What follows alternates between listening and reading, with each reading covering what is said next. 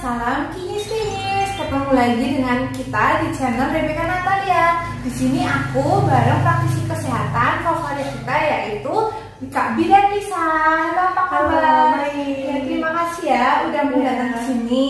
Sekarang video ini kita mau bahas nih tentang program hamil ya. Nah, aku mau tahu mungkin juga ada teman-teman yang udah menikah terus ingin diberi momongan gitu ya, ingin program hamil tapi secara alami lah istilahnya, belum ke dokter dulu. Bagaimana cara kita untuk memulai program hamil gitu dengan mandiri gitu. Yang belum subscribe channel ini, kita tunggu untuk subscribe dulu untuk menonton video kita yang menarik, dan juga subscribe itu gratis.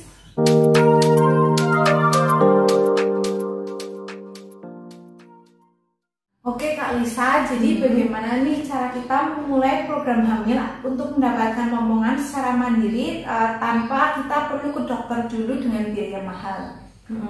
Sebenarnya untuk kita program hamil kita harus tahu dulu nih kita ini subur atau enggak. Nah, beberapa ada faktor nih mempengaruhi kondisi kesuburan tubuh kita. Untuk yang perempuan nih, yang usia yang pertama, untuk yang wanita memiliki tingkat kesuburan tertinggi saat berusia 20-30 dan akan menurun ketika memasuki usia 35 tahun atau lebih. Terus ada istilah mandul ya, mandul yang terjadi pada wanita di usia 35 tahun atau lebih kemungkinan besar disebabkan oleh jumlah dan kualitas sel telur yang rendah atau ada masalah kesehatan yang lainnya. Terus kalau untuk pada pria, pada umumnya kesuburan pria ini akan menurun ketika usia 40 tahun. Yang kedua faktornya riwayat kehamilan. Beberapa riwayat kehamilan seperti komplikasi yang pernah dialami selama mengandung, kemudian pada saat persalinan atau dengan operasi sesar itu juga menjadi faktor juga ya. Kemudian pernah mengalami keguguran. Terus yang ketiga hubungan seksual nih. Ada studi yang menunjukkan bahwa peluang kehamilan dapat meningkat bisa apabila pasangan rutin melakukan hubungan seksual setiap 1-2 hari sekali. Nah, kesempatan untuk bisa hamil akan lebih tinggi jika hubungan intim dilakukan ketika wanita sedang memasuki masa subur. Kemudian, jangka waktu setelah melepas alat kontrasepsi. Anggapan mengenai penggunaan alat kontrasepsi akan mempengaruhi tingkat kesuburan itu nggak benar sih, kan ada beberapa yang bilang ya biasanya kalau habis lepas KB ini jadi susah hamil gitu ya. Sebenarnya itu nggak ya, mitos aja sih, sebenarnya nggak benar. Ketika wanita berhenti menggunakan alat kontrasepsi itu akan menjadi subur lagi gitu kan, seperti semula gitu kan. Namun kemampuan wanita untuk bisa hamil kembali setelah menggunakan alat kontrasepsi itu berbeda-beda, terlebih bila alat kontrasepsi yang digunakan berupa pil KB dan KB suntik karena ada hormonnya ya di situ. Terus ada riwayat medis nih pada pria. Kemandulan bisa disebabkan oleh banyak hal, mulai dari infeksi, gangguan hormon, kelainan genetik, kemudian gangguan organ reproduksi. Kemudian apabila pada wanita, gangguan kesuburan bisa disebabkan oleh gangguan hormon juga, infeksi juga, radang panggul atau penyakit yang menyerang organ reproduksi wanita seperti endometriosis ya, itu radang. Kemudian efek samping obat-obatan. Ya, untuk pengguna obat-obatan tertentu yang ini juga dapat mempengaruhi kesuburan. Pada pria maupun wanita sama aja. Untuk obat-obatan seperti obat-obatan kemoterapi, terus antidepresi, kemudian terapi pengganti hormon, kemudian kortikosteroid, kemudian penggunaan dengan dosis tinggi lah pokoknya. Selain itu penggunaan obat-obatan terlarang seperti ganja, kokain juga dapat mempengaruhi kesuburan wanita dan pria. Kemudian yang terakhir nih, gaya hidup tidak sehat. Ini sih yang paling dominan ya di kita. Biasanya sering merokok. Sekarang merokok wanita dan laki-laki itu mempengaruhi banget, gak cuma laki-laki aja, perempuan juga bisa mengalami itu. Untuk konsumsi minuman beralkohol dan sering stres dapat mempengaruhi tingkat kesuburan. Itu sih ada 7 faktor-faktor yang bisa mempengaruhi tingkat kesuburan tubuh kita gitu. Gitu ya Kak, jadi kita intinya tuh harus subur dulu ya, baik pria maupun wanita. Kalau udah sama-sama subur pasti mudah untuk melakukan program hamil dan bisa dapat momongan gitu ya. Terus jadi caranya untuk mengecek masa subur untuk perempuan dan laki-laki itu bagaimana sih Kak? Bener banget, sebelum kita mulai untuk program hamil itu harus tahu dulu masa subur si pria dan wanitanya. Jadi kita baru mudah untuk melakukan program hamil. Terus gimana nih cara menghitung masa subur wanita setelah head? Masa pelepasan ovum bervariasi waktunya ya. Hal tersebut disesuaikan pada kondisi emosi perempuan. Secara tidak langsung, emosi perempuan itu dapat mempengaruhi refleks hipotalamus sehingga dapat mempengaruhi lepasnya hormon-hormon serta akan mempengaruhi waktu ovulasi. Jadi ada sebenarnya dalam menstruasi itu ada tiga siklus nih. Yang pertama ini masa menstruasi. Pada hari pertama siklus, rahim mulai turun, biasanya dikenal sebagai menstruasi. Pada saat ini akan mengalami kram di pinggul atau di panggul kaki dan punggung. Terjadinya kram menandakan bahwa rahim sedang berkontraksi, membantu endometrium meluruskan darah. Kemudian fase yang kedua nih ada fase folikuler. Fase ini setelah folikel telur pada ovarium siap melepaskan telur, biasanya setiap siklus akan melepaskan sel telur itu, satu telur gitu.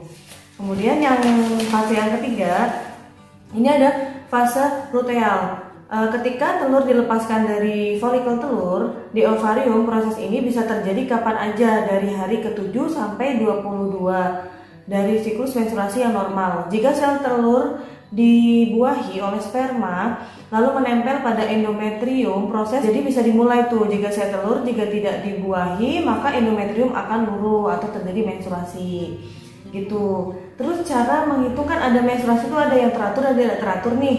Nah, gimana sih cara menghitung masa subur wanita saat haid yang tidak teratur? Caranya menentukan masa suburnya agak sedikit rumit karena harus mengetahui siklus menstruasi minimal 6 bulan terakhir. Cara satu siklus menstruasi sebelumnya sampai dengan hari pertama kamu menstruasi berikutnya. Setelah itu hitung dengan cermat beberapa jumlah hari dan masing-masing siklus menstruasi kamu selama 6 kali berturut-turut gitu. Jadi lihat nih beberapa hari siklus terpanjangnya dan beberapa hari juga siklus terpendeknya. Misalnya nih mensnya 29 atau 29, 31, 27, 8 dan lain-lain, itu siklus terpendeknya berarti 26 dan siklus terpanjangnya itu 31 hari gitu. Kemudian cara menghitung masa subur pada haid yang teratur ini lebih simpel, lebih mudah ya daripada yang tadi. Proses ovulasi terjadi sekitar 12 sampai 16 hari setelah menstruasi. Masa subur terjadi 5 sampai 6 hari sebelum masa ovulasi. Pada umumnya rata-rata wanita mengalami masa subur antara 10 sampai 17 setelah hari pertama menstruasi.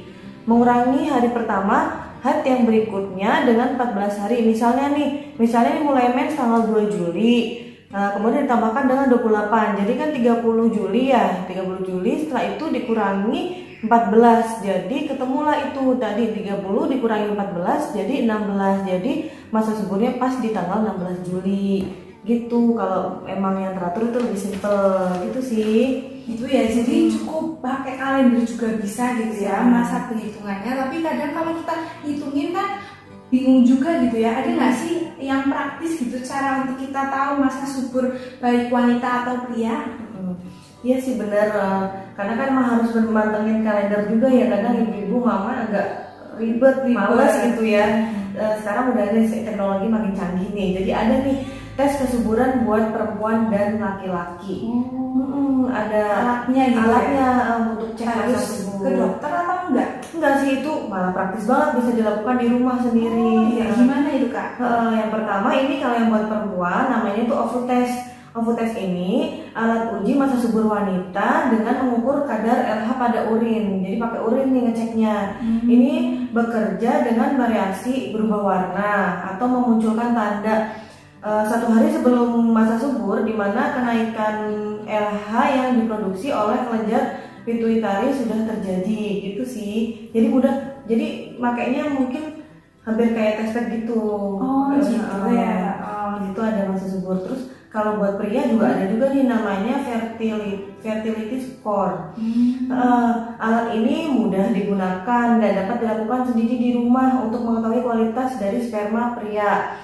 Dibuatnya berdasarkan prinsip bahwa metabolisme spermatozoa itu aktif akan secara kimiawi mengubah struktur dari cairan pewarna yang ada di tes score itu ya, yang dapat terlihat pada perubahan warna dari biru tua menjadi pink. Itu beda-beda sih ya menurut merek, tapi ini yang saya tahu nih ini.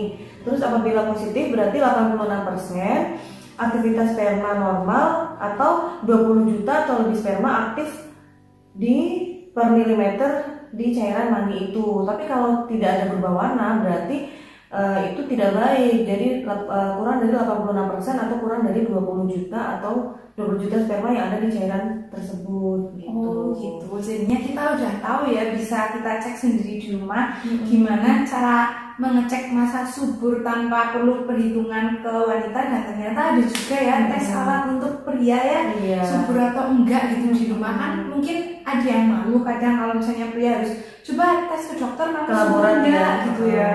Jadi kalau di rumah lebih gak malu gitu ya. Betul. Bisa tes mandiri, lebih efisien juga kan. Ya. Terus gimana lagi Kak selanjutnya? Nah, jadi setelah udah tahu nih cara gimana nih menghitung masa subur, mengetes masa subur, ini ada apa namanya beberapa hal yang bisa meningkatkan masa subur, yaitu dengan mengubah pola hidup sehat, dengan olahraga dan juga mengubah pola makan yang bergizi. Jadi ada 5 makanan nih penyubur kandungan. Yang pertama itu kita mengonsumsi daging. Daging yang bisa meningkatkan kesuburan akan cepat hamil adalah daging sapi dan ayam yang rendah lemak. Bisa mendapatkan asupan protein dan zat besi, tapi jangan berlebihan. Karena memang berlebihan semuanya tidak baik ya. Sebab dalam sebuah penelitian disebutkan bahwa terlalu banyak protein hewani di situ juga dapat menurunkan tingkat kesuburan juga. Jadi yang pas-pas aja mengkonsumsinya. Terus yang kedua, makanan yang mengandung protein nabati, makanan seperti tempe, tahu, kemudian kacang polong, susu kedelai, sayur-sayuran, itu juga bisa meningkatkan kesuburan kandungan. Kemudian ada ikan ya. Ikan yang mengandung asam lemak omega 3 juga sangat penting nih untuk meningkatkan kesuburan, seperti ikan sarden, salmon, lele. Jika takut nih karena mengandung merkuri, omega 3 juga dapat dari sumber makanan seperti telur dan almond gitu. Tapi sebenarnya kalau yang mengandung merkuri kan ikan-ikan tertentu ya, jadi nggak perlu takut sih asal mengkonsumsinya, yaitu jangan terlalu berlebihan. Kemudian ada susu dan produk olahannya, yaitu yogurt dan keju yang baik nih untuk kesuburan kandungan, tapi perlu memilah produk susu yang rendah lemak atau bahkan bebas lemak. Kemudian ada makanan yang mengandung zinc. Ini juga penting karena manfaat zinc itu bisa melancarkan menstruasi, itu bisa memproduksi sel-sel telur lebih banyak lagi nih. Kemudian pilihan makanan penyubur kandungan berbahan yang mengandung zinc itu contohnya seperti kuning telur, bawang putih, terus tiram ya, kemudian hati sapi ya. Sebagai pantangan menjauhi makan makanan mentah, produk susu sapi yang belum melewati proses pasteurisasi dan kafein. Kemudian makanan untuk kesuburan pria nih, ada beberapa faktor penyebab dari ketidaksuburan pada pria tadi ya. Itu misalnya udah disebutkan di depan kayak infeksi, jumlah sperma yang tidak baik, tidak cukup, kemudian masalah dengan organ reproduksi pria, melakukan pengobatan yang secara lama gitu ya, dan waktu lama. Ini ada makanan nih untuk kesuburan pria. Yang pertama ini yang mengandung zat besi, dapat menurunkan resiko infertilitas ovulasi. Itu contoh makanannya nih kayak kerang, daging merah, kemudian makanan laut seperti kepiting, lobster, sereal, kacang, produk-produk gandum gitu ya, dan susu. Kemudian ada vitamin B12.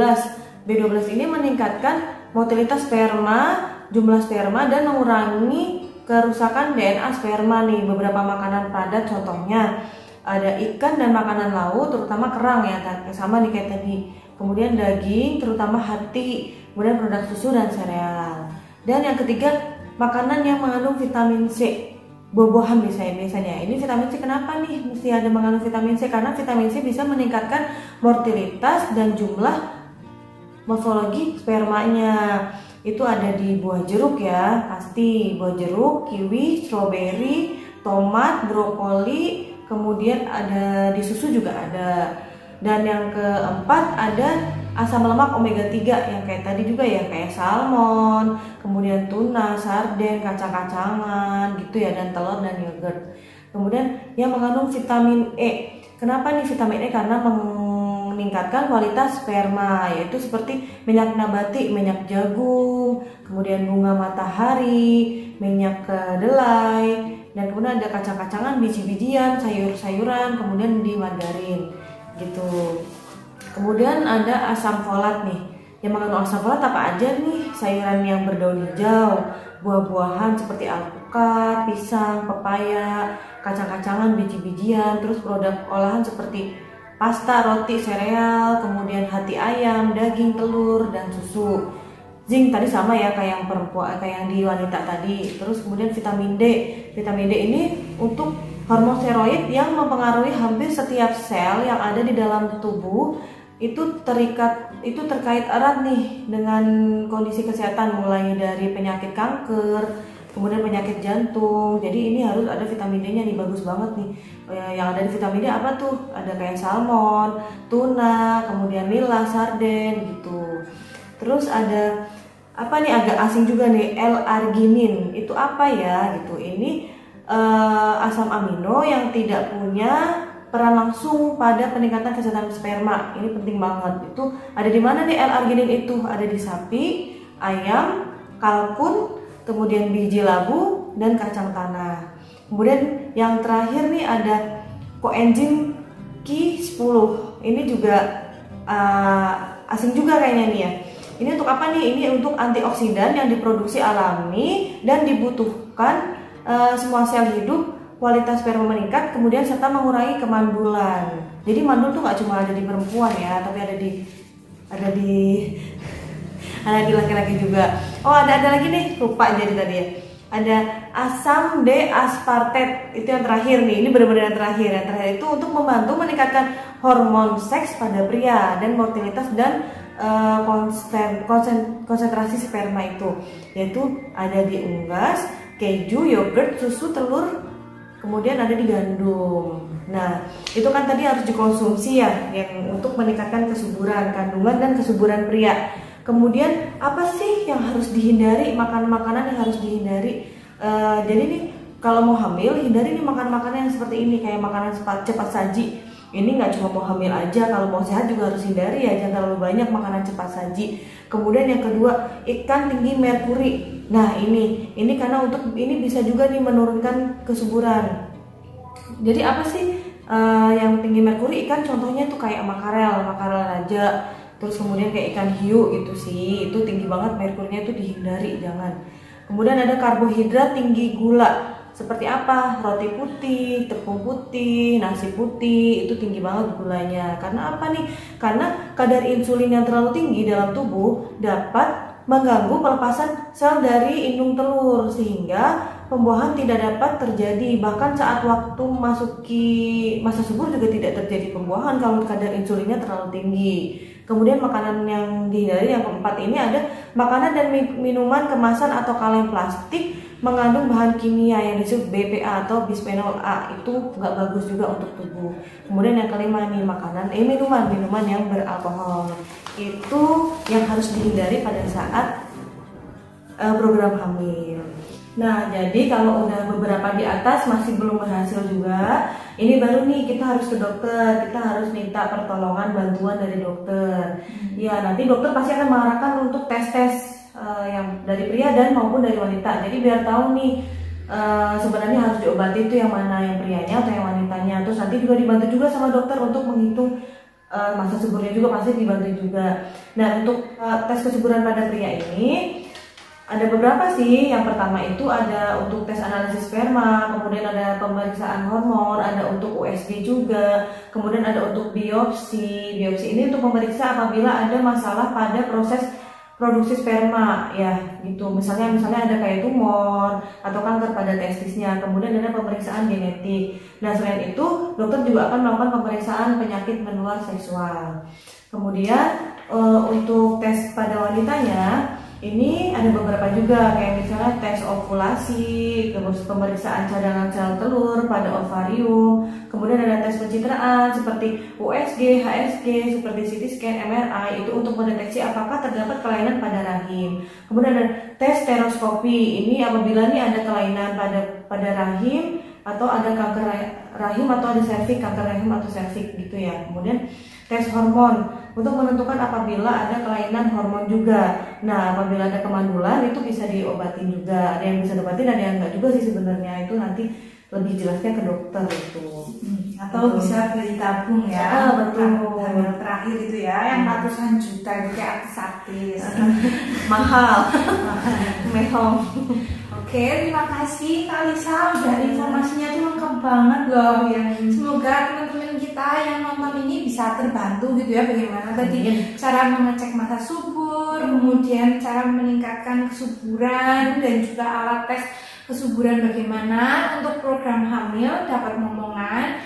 Oke, terima kasih yang udah nonton. Kita ketemu lagi di video menarik lainnya. Goodbye, see you.